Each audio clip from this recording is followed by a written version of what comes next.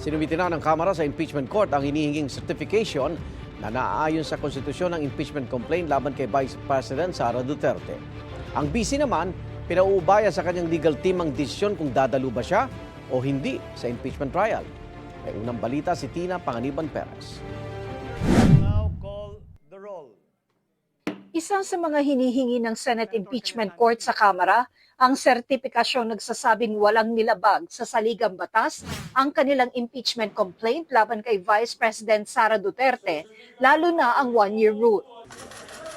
Isinumite na ng House Prosecution Panel ang resolusyon ng Kamara kaugnay nito. We have our legal basis and factual basis to say na it was constitutional to begin with po. Inihain din nila sa Senate Impeachment Court ang manifestation ng muling pagsusumite ng entry of appearance ng mga miyembro ng House Prosecution Panel. Because pinuna nila that when the entry of appearance was made, the impeachment court was not yet convened. So, nirefile namin para wala nang issue. Binigyan din ng House Prosecution Panel ng kopya ng pleadings ang mga abogado ng bise.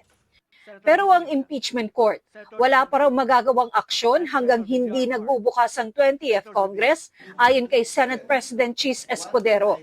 Hinihintay rin ang hiningi ng korte sa mga papasok na kongresista na desidido silang ituloy ang kaso laban sa bise.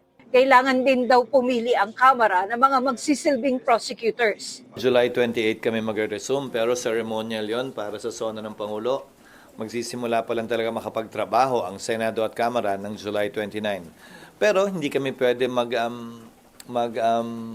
schedule agad hanggat una, wala pa yung prosecutors. Pangalawa, wala pa yung compliance in one shape or another.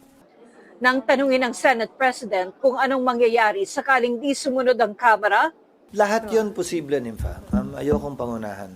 Sa tigas ng ulo nila, ayaw nga tumanggap ng pleading, so hindi na ako magugulat kung gagawin mo nila yon. Biri mo, pagtanggap lang ng order, pagtanggap ng pleading, pagtanggap ng answer, pagtanggap ng appearance, pati yon papahirapan. Pero magkikita-kita kami sa tamang panahon, kaugnay sa mga ganyang ginagawa nila. depensa ng Kamara, hindi sila nagpapahirap. Hindi naman kami nagpapahirap. Kaya hindi pa matanggap ng House because there was a motion approved sa plenary. Doon naman sa entry of appearance, again, pinapaliwanag natin, wala naman tinanggihan. Hindi nga lang kasi nagpakilala ng maayos ang mensahero kung ano yung binibigay nila sa House na dokumento. Hindi naman sinabi kung entry of appearance to o para saan. Ang gusto natin, isang trial na magawa forthwith. Kahit ibinalik ang articles of impeachment sa Kamara, nanindigan si Escudero na may jurisdiction pa rin ang Senate Impeachment Court sa impeachment ng bise. Sa sagot kasi ng bise sa summons ng korte, iginiit niyang wala ng jurisdiction ng impeachment court matapos nilang ibinalik ang articles of impeachment sa Kamara. I refer you back to the order itself. Pakibasa na lang po yung order dahil nakalagay naman doon, hindi ba? Return without dismissing nor terminating the case. Even if I am the Senate President bilang tagapangulo ng Senado, hindi ko pwedeng dagdagan o bawasan pa yung pinagbotohang order ng Senado. Hindi pa naman malinaw kung dadalo si Vice President Duterte kapag nagsimula na ang impeachment trial.